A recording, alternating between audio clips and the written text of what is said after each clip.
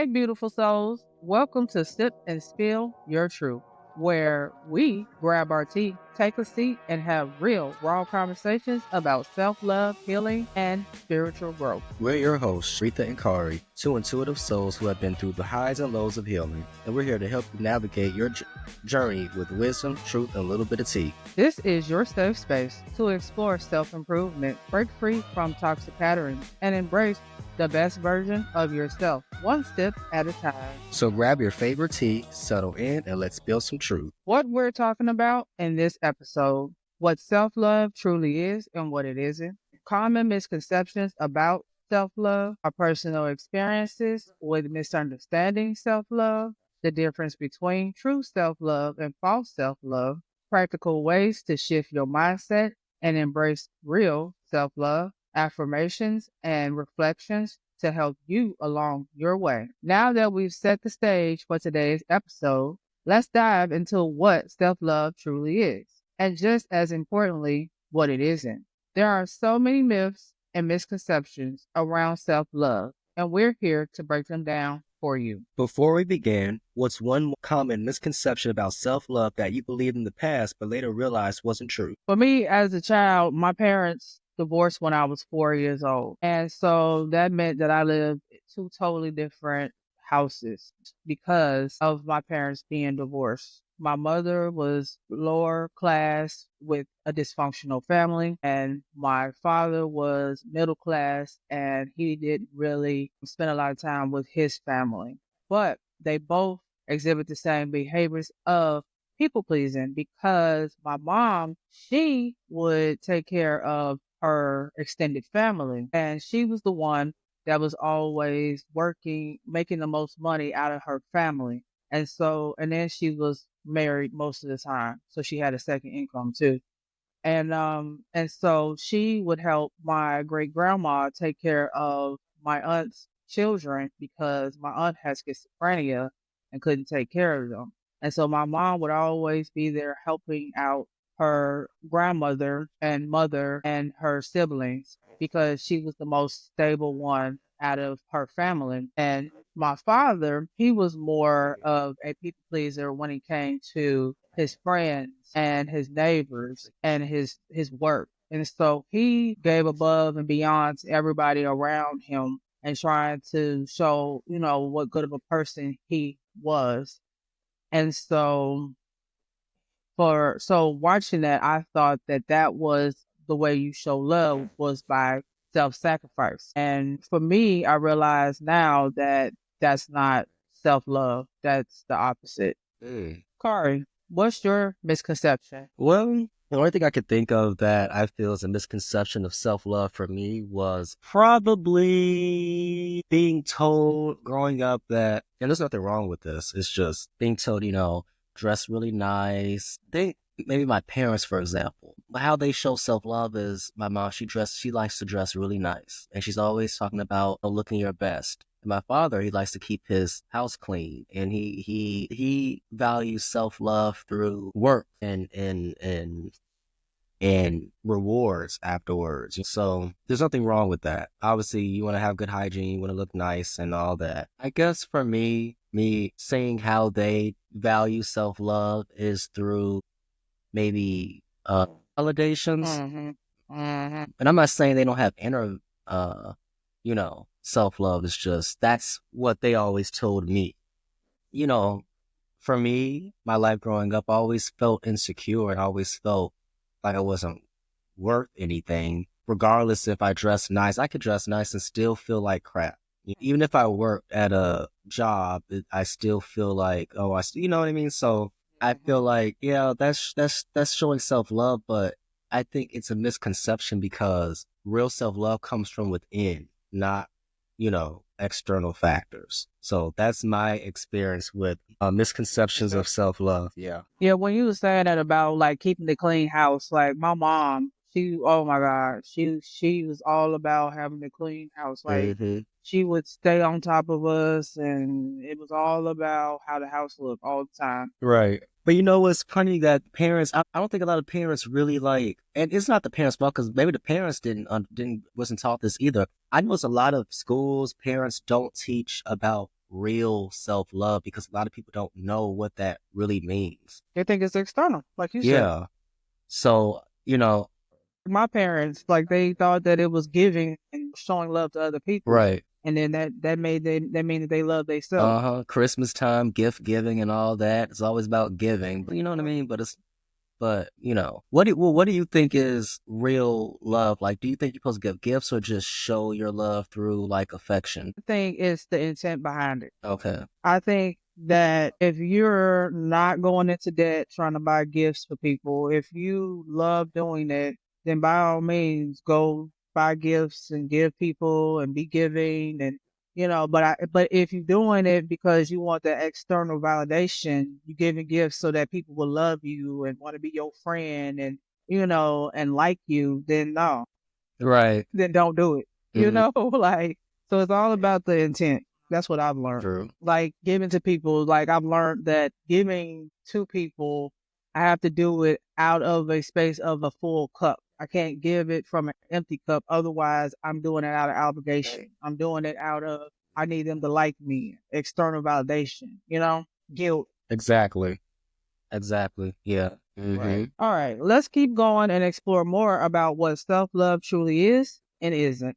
Sip and Reflect is the part of the podcast where we take a moment to share personal experiences and thought provoking ideas about self love. This segment helps listeners connect on a deeper level by exploring how self love has been misunderstood in real life. In this section, we define true self love versus false self love, breaking down the difference between healthy self acceptance and the illusions that often get mistaken for real self love, such as people pleasing, materialism, and toxic positivity. By reflecting on our personal journeys, we help listeners recognize patterns in their own lives and encourage them to think critically about what self love truly means for them. True self love. Enter acceptance, loving yourself for who you are, flaws and all. Healthy boundaries, saying no without guilt and prioritizing your well being. Emotional honesty, allowing yourself to feel and process emotions instead of suppressing them. Making choices that align with your highest good, even when they're difficult. Inner peace over perfection, accepting mistakes as part of growth rather than striving for an unrealistic ideal.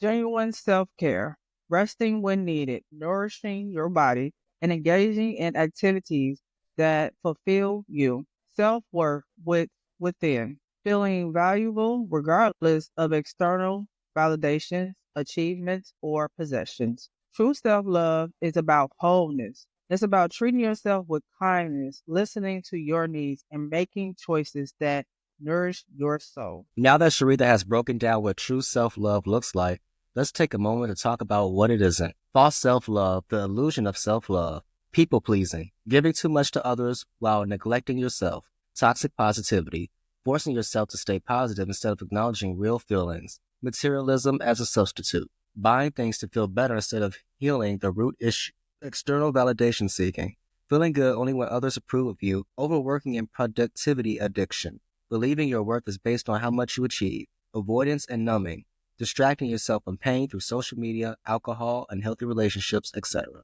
Ego-based confidence, using arrogance, control, or comparison to feel superior instead of developing real self-worth.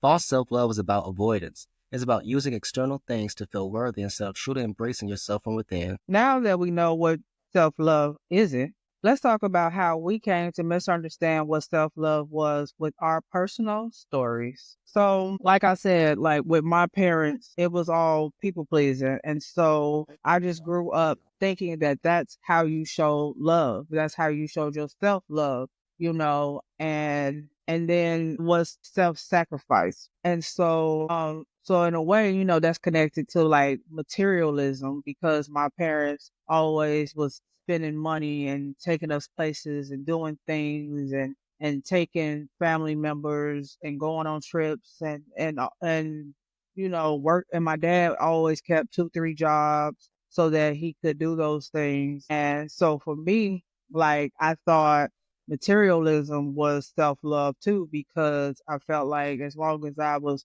working hard enough and had my bills paid and was stable and I could buy what I need when I needed it, then I was loving myself. Or like when I started showing myself love, the first thing I started doing was getting a massage and going out to eat and going on dates by myself instead of like trying to find ways to love myself without money. hmm And so I would say that, like, for me, my spiritual journey, my ego death was about learning how to love myself without money. And I definitely learned that.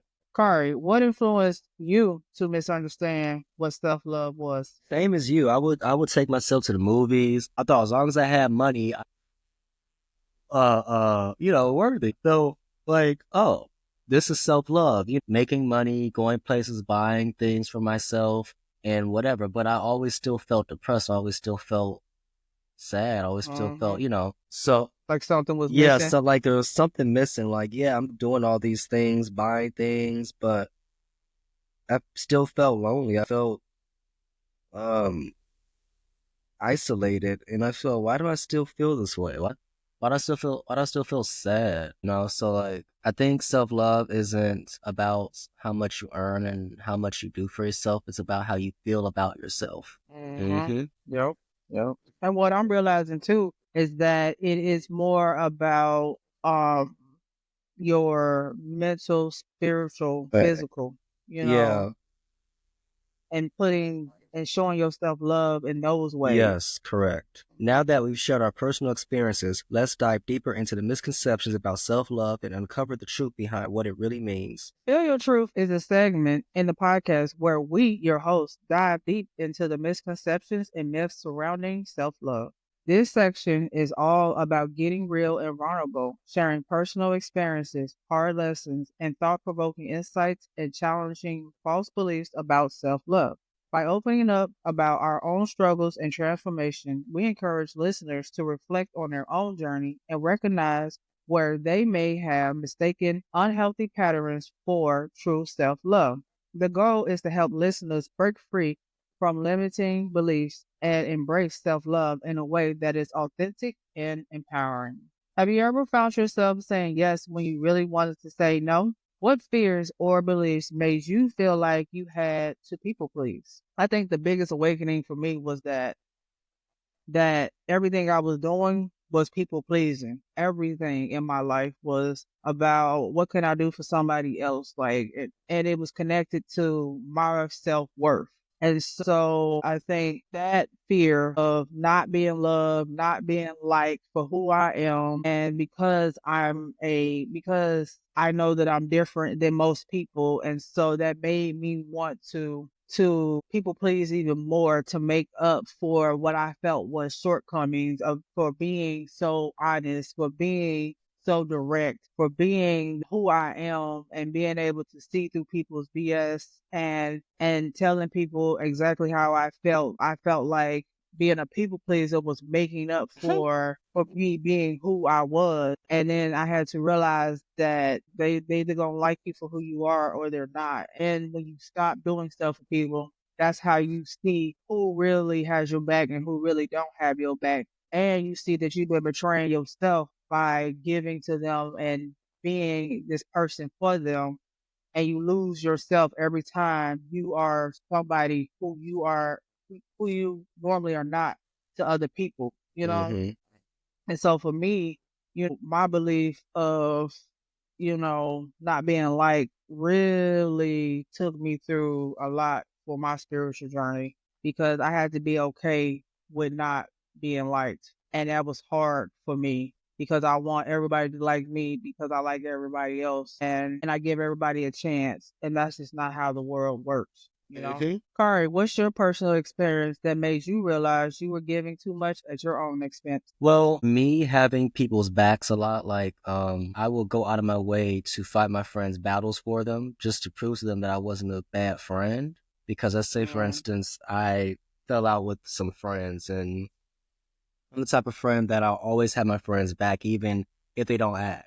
And a lot of times I do myself a disservice because a lot of times those people don't have my back when push comes to shove. So I realized that I give myself too much to people. And maybe I expect too much in return, but I feel like I'm too giving and too protective, and I defend people too much when I really shouldn't. A lot of times I can't even defend myself sometimes.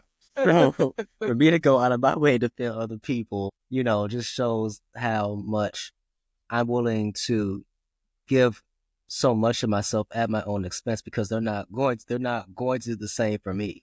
And you know what, for me, it's not like I'm saying, oh, I want you to go out of your way. It's a principle for me. It's like, you just, I guess you just I guess you just expect the same in return. And when you realize, okay, maybe I'm giving too much of myself. So Mm-hmm. now I'm not going to expect anything anymore. I'm just not going to drain myself. You know what I mean? So I just Mm-hmm. decide, I'm just going to stay in my lane and let people learn their lessons on their own. Because me going out of my way for people, they're not learning anything. And that's not being a good friend, because it's showing that I'm too, Well, I don't want to say too loyal, but I go out of my way too much when I shouldn't. And as a friend, you're supposed to, because I was scared to call my friends out on their wrongdoings because I was afraid they were going to get mad at me. But a real mm-hmm. friend should call their friends out on their Mm-hmm. behavior instead of just Mm-hmm. agreeing with them and defending for them and fighting their battles just because they're your friend. Your friend is wrong,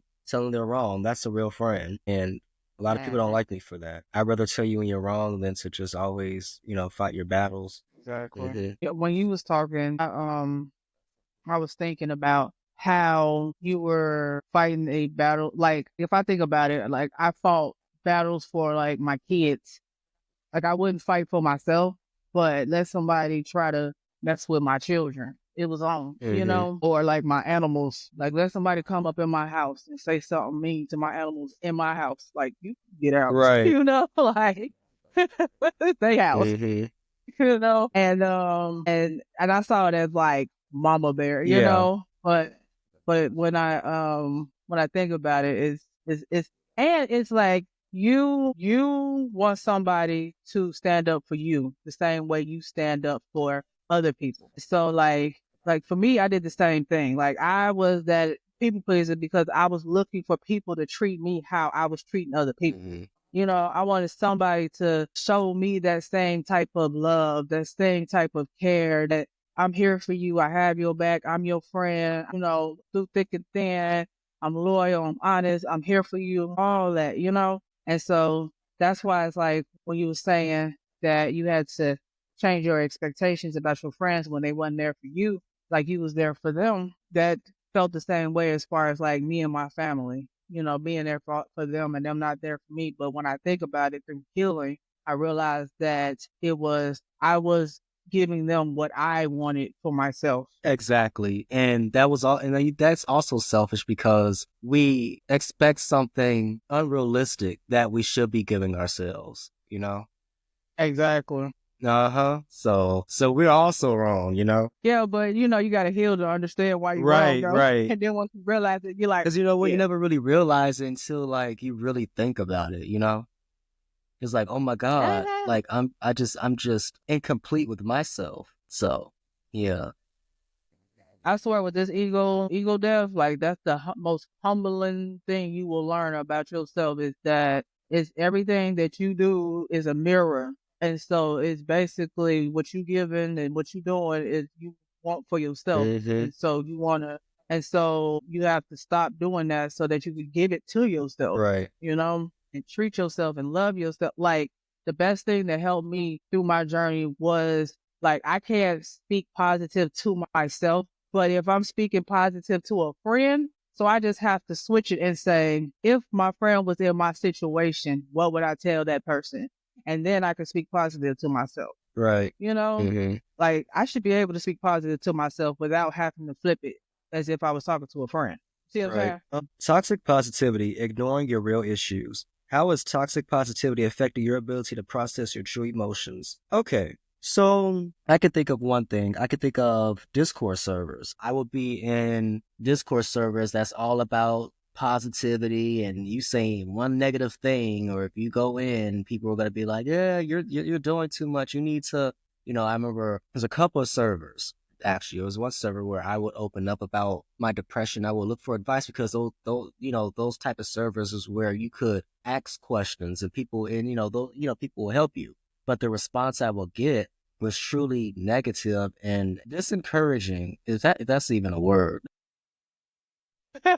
I'm trying to sound smart, but anyway, no, not saying I'm not. Yeah, but they'll be like, because the environment is so positive and people are wearing these masks, it's like you can't really show your real, truest, deepest thoughts. There's another um server where I would follow this influencer, and they had made a video about what they were going through. The most of the video was pretty much them um posting recordings of speeches from other people. And then the last bit of the video, he kind of said that he was going through something. He wasn't going, it was personal, and that he said there's always light at the end of the tunnel. Then the video ended. He said he encouraged people to open up about it or whatever, but I took it to the server instead because he was encouraging people to DM him. I took it to the server, opened up, and got a negative reaction. Not surprised, but it was like, I can't help you and I'm not your therapist. Well, I think people think that I'm looking for a therapist when it's really not that. What I'm doing is I'm sharing how I feel to people that I look up to or the people that I expect to be supporting my feelings. And because I'm supportive of them when they go through something, you know what I mean? And they expect support from their fans. So why can't you give that same support to your fans? So I left the server because I thought, like, wow, like I'm I'm a fan. I follow you. I go to your streams. I'm active in your servers, and I just get, shut down as if I'm a problem. So I just felt like, well, damn, I feel like there's no real safe space to really open up. And I think that's why people are depressed and suicidal, because people shut them down, you know? Nowhere to go. Yep. No. Because there you are on a server and somebody says something and you just responding back and then you got rejected. Well, not rejected, but um, I was just opening up because I got the green light to do so. It's just I took it to the server. My whole point was them posting, the support from their fans, but you can't give the same back when they open up to you, but you encourage them to come to you. You know what I mean? That was my whole thing. So that means they fake. Yeah, pretty much. Right. Because if you telling people to come talk to me and I'm going through something, but when they come to you and talk to you, you not They open to said, them, then well, you they fake. said You DM lie. them or comment, but I feel like, Did you DM them or I comment? went in the server, but the server's dead. It wasn't even like an active server. You know what I mean? But it's their server? Yeah. Oh wow. And then in their server, it wasn't even like that. Right. It was weird. I get Yeah, you. I don't know. I get what you're saying Hmm. now. Like they preach it and then they got a server for it that's supposed to preach it. And then, but yet when you did it in the server, it was like Well, a they made bad a thing. YouTube video, and I thought it didn't matter if you DM'd or not. It's like if you could, because I thought, okay, well, you made a public video, people are gonna comment on a public, you know. So I thought, the server isn't that big, it's not active, so I thought, why not? I don't know. Right. Yeah. I understand. Hmm. I understand. Sharitha, have you ever found yourself suppressing your true emotions instead of facing them head on? I used to do it all the time. I got this memory where I was in a toxic relationship, but I didn't realize it at the time because it was at the beginning. And he used to make me mad all the time because he used to be dismissive, he used to ignore me, he used to make fun of me. He was just a toxic individual. And so when he did that, I would just get mad and I would just stuff it until he would just get on my nerves so much that I would just explode. And so then I did it so much that he made a comment to me and he was like, "You don't have to hold 6 months worth of, anger from me when I do stuff to you. You don't have to hold everything in. You can let it out or whatever." And so I started letting it out. But then I went to the other extreme and I started telling him every time he did something. And so then it was like as soon as he made me mad, I would say something. and I would let him know how I felt. And then I was like always arguing with him all the time. And so then I had to learn how to find balance where sometimes I needed to hold it in until, because I was because in that relationship, I felt like I had to have evidence because he was so good at being a liar that I had to stick it to him and have every fact. That way he couldn't weasel himself out of it lying because he was an impulsive liar. So like, and so I was like, okay, when I need some evidence, I'm just gonna hold on to it and then I'm gonna lay it all out, you know. Mhm. But when he just makes me mad, then I'm gonna tell him exactly how I felt, you know, about it. And then I would, you know, and so I learned how to, which is a good skill too, because, you know, now I will hold on to some stuff. And then when I let you have it, I'm going to let you have it, Right. you know, and to me, it's not suppressing it. It's just waiting for a good moment so I can go ahead and tell you about yourself and put you in your place, Mhm. you know? And so, like, that was the beginning. But I did that as a child too. Like, when I look back at it, I suppressed my true emotions Mhm. as a child too. Like my parents, you know, if it was anything bad or, you know, like now I know I'm a psychic. So I know like my mom, she was always in trouble, always doing something to get her or be in trouble, something like that. And so I was always telling her, I remember as a kid telling my mom, being like, hey, like, don't do that. Like, it's not going to work out. And every single time it would not work out. So I think, like, now that I can look back at it, I think that she ignored me because she didn't want to hear the truth that what she was about to do that was against the law was that she was going to get caught or in trouble or not be able to do it. And so like, and then like, and I was a truthful child. So I just tell them exactly, you know, the truth. But at that time, I didn't know that I was like, you know, telling them prophecies, you know, Mhm. telling them like things that was going to come out later on, you Right. know. I was just saying how I felt, you know. Mhm.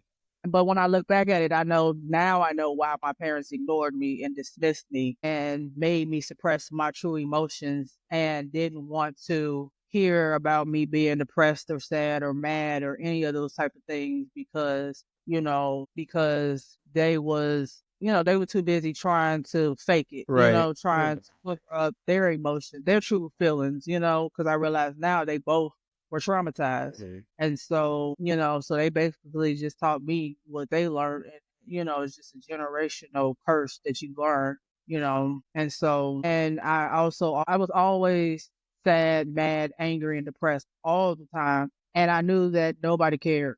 And so that made me suppress my emotions a lot because, you know, I remember I used to always tell people, I'm fine, I'm fine. Mhm. I'm fine. You know, like that was my because I knew they didn't care that I was sad, Right. mad, angry. Yep.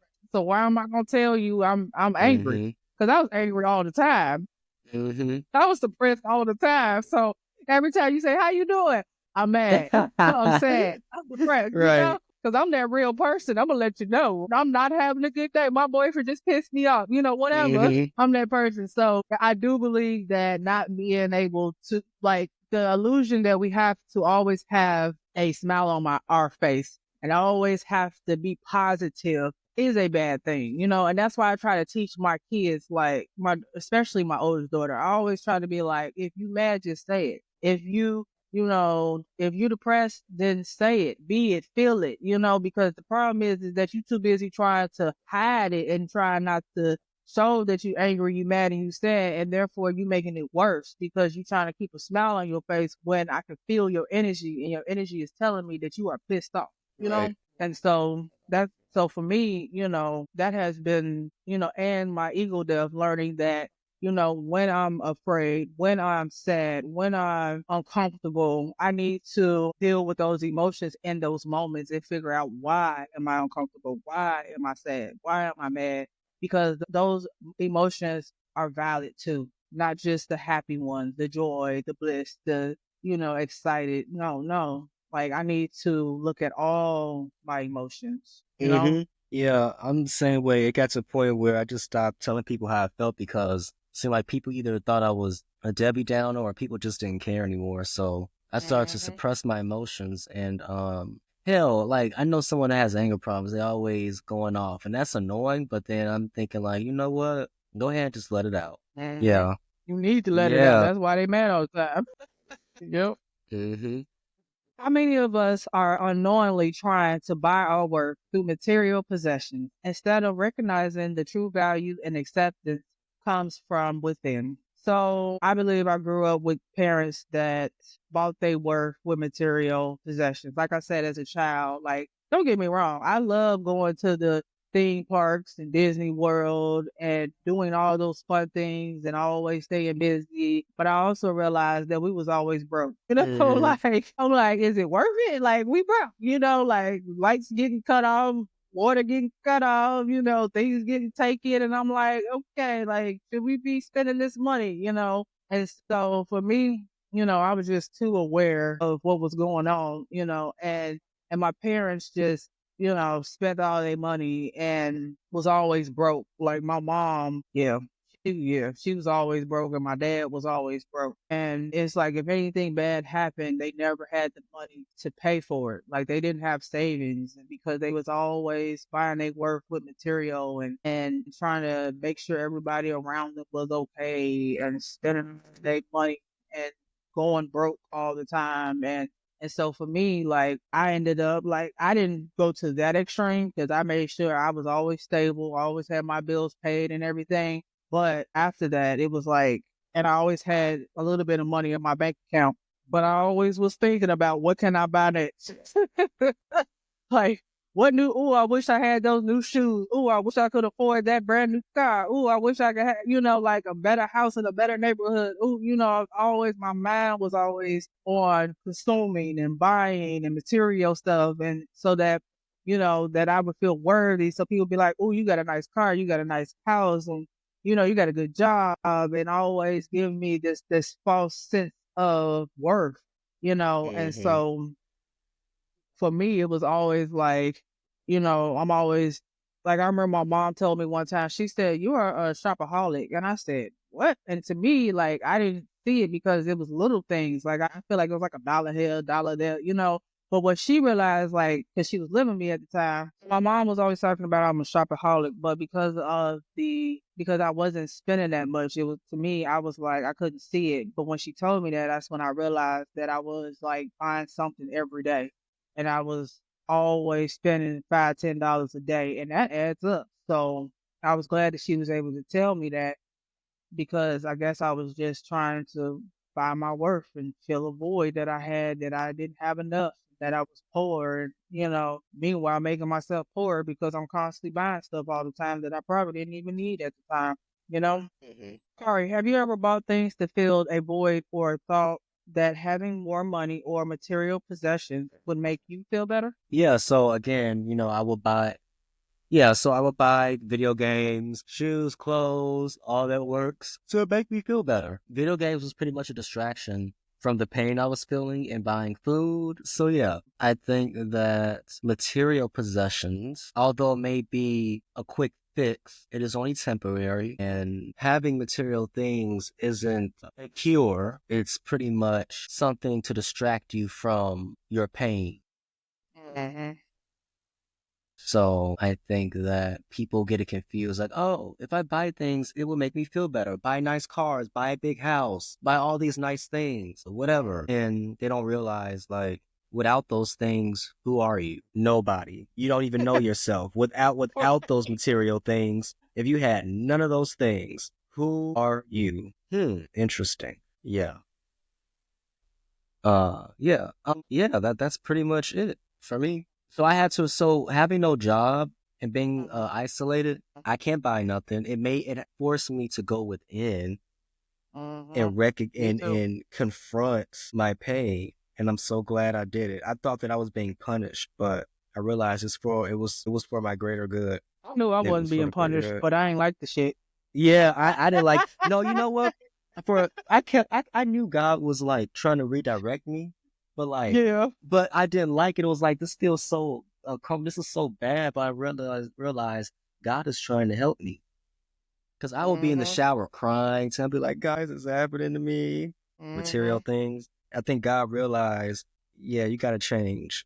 It's funny that you said that though, because when I think about my starting my journey, I thought Sure. it was gonna be like 3 months at the most. I'm like, okay, I could do this. I could suffer for a little bit. Little did I know that it would be over a year and Hmm. that I would be jobless and on the verge of homelessness. And I'm like, okay. And but I always stayed true to my soul, that I knew that God wanted me where I'm at in this moment for a reason, so that I can learn a lesson that I needed to learn. I did not like it at all. Even though I chose to do it because I understood that I needed to quit my job to go through it, but I fought the whole year and some. And then I finally surrendered and I just stepped back and I was like, all right, I'm good. I'm just gonna chill. I'm just gonna sit and deal with it, you know? But it has helped me with my mindset about materialism. Okay. Have you ever found yourself relying on others to defend your worth? And if so, what did that reveal about your own sense of self? Let me think. I remember I was bullied a lot in elementary school. I felt like the only way, well, middle school, and I felt the only way to fit in with them, the only way to feel worthy was to be friends with them. And because I wasn't like the popular kid, and because I was different, the popular kids used to pick on me. I thought the Hmm. only way to feel like somebody or feel worthy was to be their friends. So it was pretty much me sacrificing who I was to be friends with people who did not respect me for who I was. And although I never really gave in, you know, I've learned throughout these years was to never sacrifice who you are for other people, because at the end of the day, you need to recognize that you are worthy regardless if people don't like you or not. If they don't like you, then it's Exactly. their problem. Yeah. Sharitha, what do you think kept you from embracing your true self? And how did relying on others shape your sense of identity? I think what kept me from embracing my true self was being ignored and dismissed as a child and feeling like it wasn't okay for me to be who I was as a child, and living in a dysfunctional family where everybody was okay with dysfunctional stuff, but I wasn't. And having to and knowing that I was different, but I was trying to fit in. And I think that's why I started to just people please, because I wanted to fit in so bad, because I didn't like that I didn't fit in. And Hmm. so I couldn't embrace who I was because I was too busy being ashamed of who I was, because I felt like something was wrong with me because I didn't fit in. And instead, I realized that there's a reason why I'm different, and there's a reason why I didn't fit in, and the reason why I was rejected most of my life, and why I didn't fit in with the cool kids or the pretty girls or or I didn't fit in with certain group, even with people who are like me. I don't even fit in with them. I've started to realize Right. that as I Hmm. dealt, I was like, wait a minute, these people are like me, and I still don't fit in with them. Okay. Yeah. And that was a hard pill to swallow too, because I'm like, these people are like me though. Hmm.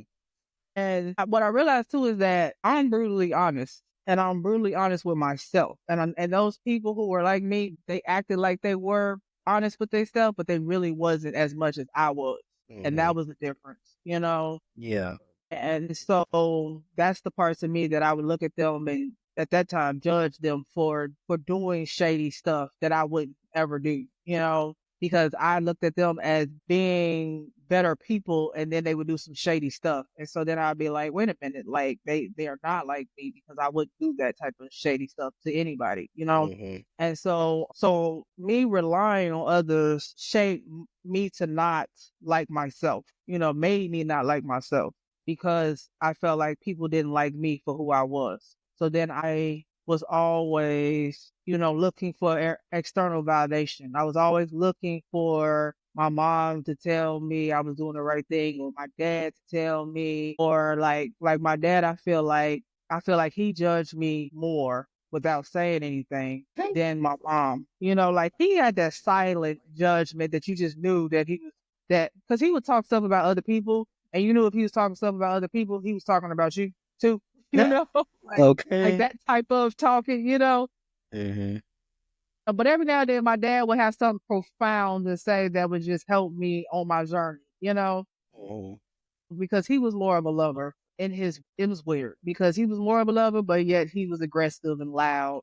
But yet my mom was just like cold and unemotional. And so I was always like trying to show my mom how much I loved her, and trying to be whatever she wanted me to be. Although, like, I knew at a certain age that I couldn't be what she wanted me to be. Like, she wanted me to follow her footsteps in her, how would I say, in her bad ways, and I couldn't do it. I was just Hmm. like, I couldn't be that person, you know? And so I knew that she was judging me because I couldn't be that way. I couldn't treat people how she wanted me to treat them. I couldn't look at people in that way. I couldn't act that way. It just wasn't in me at all, you know? And so that made me feel bad because I couldn't be a bad person, you know? Like I couldn't make like I don't know how to explain it because I'm not trying to put my mother down, and I'm not trying to say that she was like a bad person, but I do believe she made bad choices Hmm. because I do believe that she had a good heart. It's just I believe the way that she was raised taught her some bad habits, and she just wanted to teach me that because she was trying to protect me, and I just wasn't that person at all. And so me and her went back and forth most of my life because we're totally opposite, you know? Hmm. And so like I always try to do good and be a better person. And to me, she always seems to be selfish and do what's in the best interest of herself. And so we always butt heads because of that. And so that made me not embrace my true self because I knew my mother wouldn't validate me ever. And my father wouldn't validate me because I didn't live the life he wanted me to live, even though he really rarely ever said it, but I could feel it. Although I was taking care of my kids, being a good person, going to school, going to work, doing everything I was supposed to do, but yet I always felt like they were judging me and that I was not good enough. And so a lot of my external validation came from wanting parents to accept me for who I am, this sensitive, loving, caring, good person that I am. And had to realize that they couldn't because that means that they would have to accept themselves and they're not there yet, you know. And Hmm. so with that, so outside of my parents, then that meant that I was always looking for external validation from friends and coworkers and everybody around me and boyfriends. And it was just like I was constantly just looking for people to tell me who I was and accept me for who I was. And then, through my spiritual journey, I had to realize that I had to accept myself for who I was, even if nobody likes me for who I am or understands what I'm going through or that I am a psychic medium and and that I'm sensitive and that I'm an empath and I care and I love people and I am honest and I'm going to tell you about yourself. And, and yes, they may not like me and that's okay. Yeah. Have you ever felt like you were different, like ever since you were a kid? Yeah. Like, do you feel like that's something spiritual? Yes. I always Yes. felt that way too. I will always tell people I'm always right, and I would be Yeah, right about a that lot of too. things. Yep. Yeah. Now I realize it's probably much as my intuition. It's probably my psychic That you're abilities. psychic. Yeah. Mhm. Yeah, but I always felt like I wasn't like I was just different. Like I just wasn't like everybody else, and that's Me probably too. why I was bullied a lot. Yep. My whole life, I felt different. I remember like being as a child being like, why do I feel so different than everybody else? Why does it seem like everybody else can just live life and fit in and work things out, but I can't? Right. Interesting. Oh, okay. How much of your life have you spent overworking to meet others' expectations, and what has it cost you in terms of your well-being? Overworking has cost me my whole life. Well, since I was 18. It cost me everything. I worked 2, 3 jobs. I worked and went to school. I took care of a family, me and my 3 kids. And I would always help my family out too, include my mother. And so I was always burning myself out trying to meet up others' expectations and to fight against stereotypical stuff. Like if people would say things about like, black people being lazy or wanting to live off of welfare or, wanting to just get free handouts. And I came from a family full of people who love living off the government. Like my mom's family, yeah, if they get a handout, they'll take it. So I was completely against it. But I also realized Mm-hmm. that I worked a full-time job and went to school, and I still needed the government help. I still needed them to pay my rent, still needed food stamps, still needed to, Right. have them help pay my lights and gas. So that is a bad stereotype that I worked against. Like my goal when I got out of high school was to get a degree so that I can have a middle class, be in a middle class, so I can buy a house, so that I could get off housing and public aid and not have to live off the government, so that I could take care of my family. Like that was my goal. And that was because of everybody else's expectations of me and judging me and saying that I wanted these handouts and I wanted to be on it. And instead of just realizing that I needed it in that moment to take care of me and my family. And that's why, and I was working and I didn't need to work two, three jobs, to survive. I just needed one and just do the best I can with what I had. But instead, I let other people's judgments of me cause me, you know, to burn out a lot. I used to get sick because I used to work so much. And that was the only time I took a break Wow. was when I got sick. Yeah, that's how much I worked. That's when I knew that's the only reason why I would get sick because I don't get sick that much. So after my kids like got through a certain age, I wouldn't get sick that much. And then, but if I was stressed out, I get a cold immediately. And then I'd be like, Mm. "Yep, I need to take a break. I need to take a break. I need to rest." I've told myself that I wasn't, like I barely took a day off work because I was like, you don't take days off work. You work hard. You're the best worker there. You don't give them a reason to fire you. Like I believe all that because you black that they gonna fire you. You're gonna be the first one to be fired. So you got to work harder Mhm. than everybody else. Right. Yeah, and so I did. And I was always trying to be the best person. And don't let somebody else come into my job and do better than me. I would sit up there and beat myself up because I'd be like, why I can't be better? Why I can't be like that person? And the truth is I had more going on in my life than they did, And maybe they Hmm. actually was doing it because they love to work. And I was doing it because I felt like I was trying to not be judged, you know? Right. Kari, in your experience, what has been the hardest part of shifting from finding self worth and productivity to finding it within yourself? So I used to work at a grocery store for 6 years, and I felt like being productive and working was the way to go. Although I hated it and I felt like it was bullshit, I always felt like I shouldn't be doing this. I always felt like in my spirit, I shouldn't be working a 9 to 5. That's how I always felt. People always tell me, no, you need to work a 9 to 5. I always felt like I shouldn't be working here. I felt like there was something bigger for me to do. Me too. And yeah, so I worked and I just felt like this isn't my calling. It was depressing. There was favoritism. The managers were on bullshit. There was Hmm. gossipers, everyone working, it was, the schedule was bullshit. I mean, you could tell who didn't like you and who did based off of who you worked with. You would have Hmm. everybody working in the morning, then two people working at night. It was just like, this is not okay. I felt like I would be one of those people that will speak up, but I did it because I knew that it would cause a lot of conflict and Hmm. it'll put me in the spot because the type Hmm. of person I am, I always call out injustice. Me So too. obviously I got fired. And you know what? I didn't really care that I got fired. I was like, you know what? I don't have no money, sure, whatever, but my mental health is declining. And that's why I finally sought help. After the drama that happened online, I went to go see a psychiatrist. I went to the emergency room because I was depressed. Obviously, he got me on pills, which I still felt like in my spirit, these pills are not going to help me. Yes, they make me feel good, but I'm not taking these pills for the rest of my life. So that's when I went on my spiritual journey. And now I'm starting to find what is bothering me. And it feels, although it's hard to like really look within and see the problem, it's also something that is helping me because I'm healing myself through self-reflecting and Hmm. doing the inner work instead of Hmm. counting on pills. So Yeah. yeah.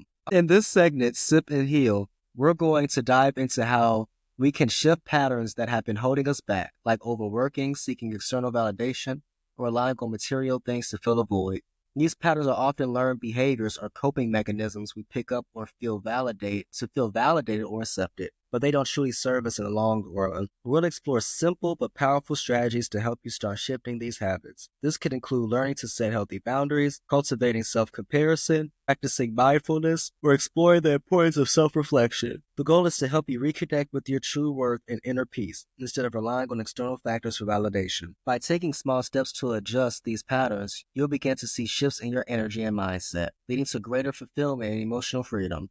This isn't about instant perfection, but about building healthier habits that align with your true self. It's real simple. Setting boundaries as a people pleaser can be challenging because it often feels like saying no might disappoint or upset others.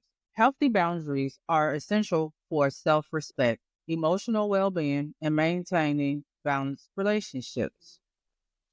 I will say that my whole journey has been about learning how to set boundaries with people in my life. And I used to categorize people. And so I would say these people I would allow to do this to me, and these people I wouldn't allow to do this to me. And what I found out was that if you don't like it with any group of people, then you don't like it at all. Like Exactly. meaning, right? So like if I wouldn't allow somebody I don't know to talk to me disrespectful, then why would I allow my mother to disrespect me or my children to disrespect me? Like, I don't like it. I don't like this tone. I don't like this attitude. I'm not going to allow nobody to do that.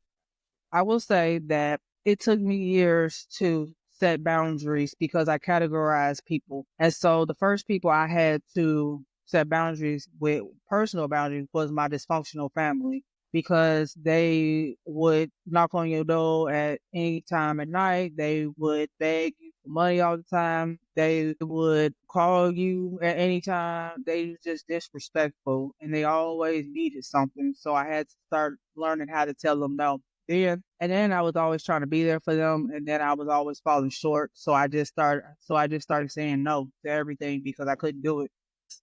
I felt bad that I couldn't be there for them when I said that I was going to be there because I forgot and I was overwhelmed. Hmm. So those were the people I had to do first. Then it was men. So that was the hardest lesson I had to learn. Yeah, because I was in two toxic relationships, one worse than the other one, but they both were toxic and emotionally abusive. And I had to learn how to stand up for myself and to stop allowing people to disrespect me and to tell me what I wanted to hear, even though I knew they was lying the whole time, and to set boundaries and tell them what I would and would not take and stand on it and call the police if I needed to, and learn how to respect myself, and realize that I was more important than my love for the person I was with. And so that took a long time for me Hmm. to heal and to implement. And then I learned how to set boundaries with my children because I was felt like my mom was so mean to me when I was a child that I was extremely nice to my kids, and I had to start setting boundaries with them and letting them know that they could not disrespect me and that they needed to do what I say and stand on business. And I had to learn how to set boundaries with my mother. Well, I was setting boundaries with her throughout all this because she has always been a hot mess and we have always been arguing back and forth the whole time. So it was a love hate relationship. I realize that now. But back then, to me, it was just love. It was like I love this woman till she a better person, and realize that she don't want to be a better person. So I gotta let her be who she is. And within that, I need to stay away from her and set boundaries with her, and not feel bad because I choose me over her. And so I will say that, Hmm. oh yeah, and at work too, I had to set boundaries at work and that one was hard for me because I was like, I'm like, I'm the best worker here. I'm going to do above and beyond. And in that moment, I had to not do above and beyond. And I had to learn how to do my job and go home. And that Right. killed me. It killed the little worker bee in me. I was like, boy, I'm supposed to be doing everything. But I was at a moment in my life where I was like, I'm done doing stuff for everybody. I would go to work do the bare minimum to not get fired and go home. Hmm. And I was like, look, I'm not doing it. I'm not jumping, bending over. I'm not doing none of this extra stuff. No, y'all don't appreciate me. And I'm going to show y'all what not appreciating looks like. And so I went to work and I came home and don't call me on my days off. And you know what? That helped me to find boundaries with my job, Hmm. so they knew that I was not coming in no more. I was going to be at home, sleep, chilling, Hmm. doing me, And so I will say, like, oh, yeah. And then, like, I started having grandbabies. So then I had to have boundaries with the grandbabies because they're my babies. And I had to learn those boundaries too. So for me, it has been a lifetime of learning how to set boundaries with people pleasing. Kari, what has been the most important lesson you learned about setting boundaries in your life? Well, the same way, people were always told, do your hardest, work hard. But anytime I would work the hardest, everyone else would slack off, and I'd be like, why am I doing all the Mm-hmm. work? It's all, so I get to a point where it's like, you know what, I'm not going to slave myself because it's not like I'm getting a raise. It's not like I'm getting a reward. People here don't, I was doing it because I thought I was going to get one and never did. right. But it's like people don't even respect you anyway in the workplace. Always giving Mm-hmm. me night shifts with one person, expecting me to clean everything.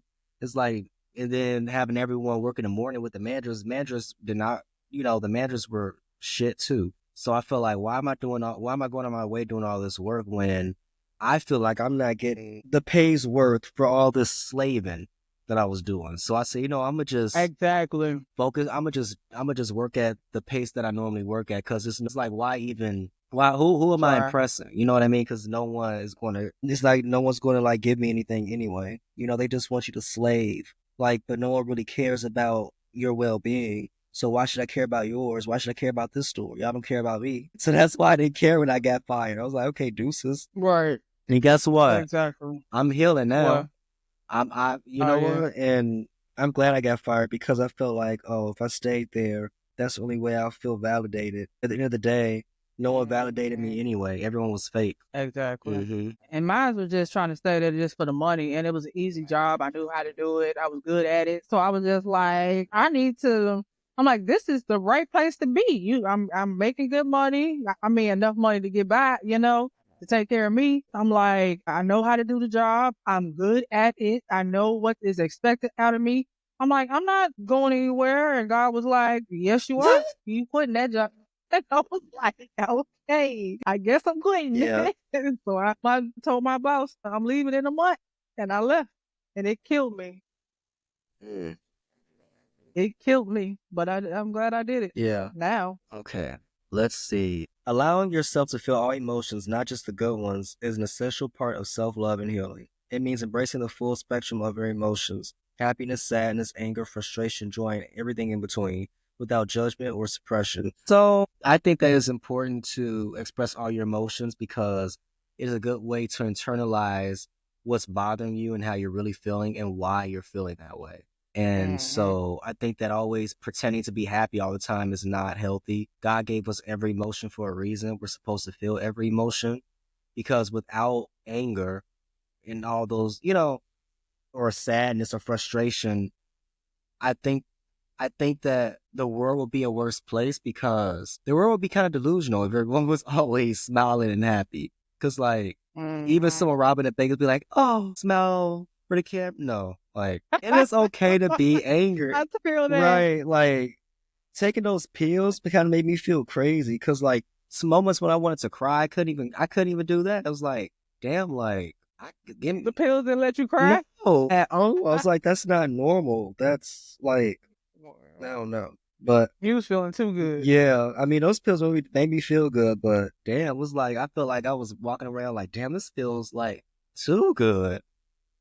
But I don't know. I feel like we're hmm supposed to feel every emotion. Sharitha, how have you learned to embrace all your emotions, even the difficult ones? I would first have to say that I had to learn to name all my emotions first, because I used to just say I was mad all the time. And then I wouldn't say anything else. And so then through counseling, I learned to label all my emotions. I'm irritated, I'm mad, I'm sad, I'm depressed, I feel guilty, I feel embarrassed, I feel ashamed. been humiliated, and that helped me to be able to see that it wasn't just I was just mad. That was just like the easiest thing to tell people, but it was more that I was disappointed, or I was frustrated, or I was overwhelmed, or I was burnt out, and when I was able Right. to say these things through counseling, because I didn't really stay inside of it, then I felt like I was able to start healing.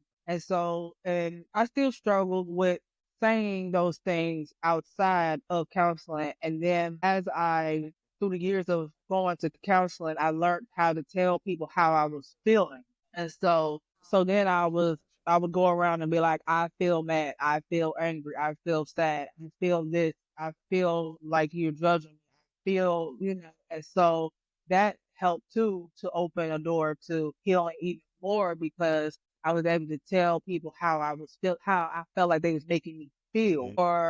or if they said, I noticed that you look or acting, and then I could tell them, well, I feel mad because you said this, and I feel like, why would you say blah blah woo, woo, or whatever. And so that helped me too to embrace all my emotions. But the real healing and embracing my emotions, the difficult ones, was my spiritual journey. My spiritual awakening was being able to sit here and cry because I was sad, or I was scared, or I was uncomfortable, or I feared, or being judged, or whatever what was going on in my mind, like, and being able to journal it and to spill all my emotions out about it and see the core feeling of why I feel these feelings and what's going on in my mind that I need to get out and see on paper, that really helped me to embrace my difficult emotions and my shadow side, and to embrace who I am and the things that I felt like I was ashamed of, or that I was embarrassed or guilty about, or had regret, and those, once I was able to look at all those hard emotions and see why I felt like that, I was able to heal and feel better, and realize that whenever I'm feeling a feeling, I need to immediately journal it. I need to immediately face it and say, why do I feel this way? What is making me upset? What is making me mad? What is making me feel uneasy? Because that's going to ultimately help me out the best in the long run. True. That's why I think it's very important to express yourself. Yeah. All right, let's move on to the next. You have to build your self worth from the inside out. It's not about what you have, what you achieve, or what other people think of you. It's about truly seeing and accepting yourself for who you are. Too often we chase approval, thinking that validation from others will make us feel whole.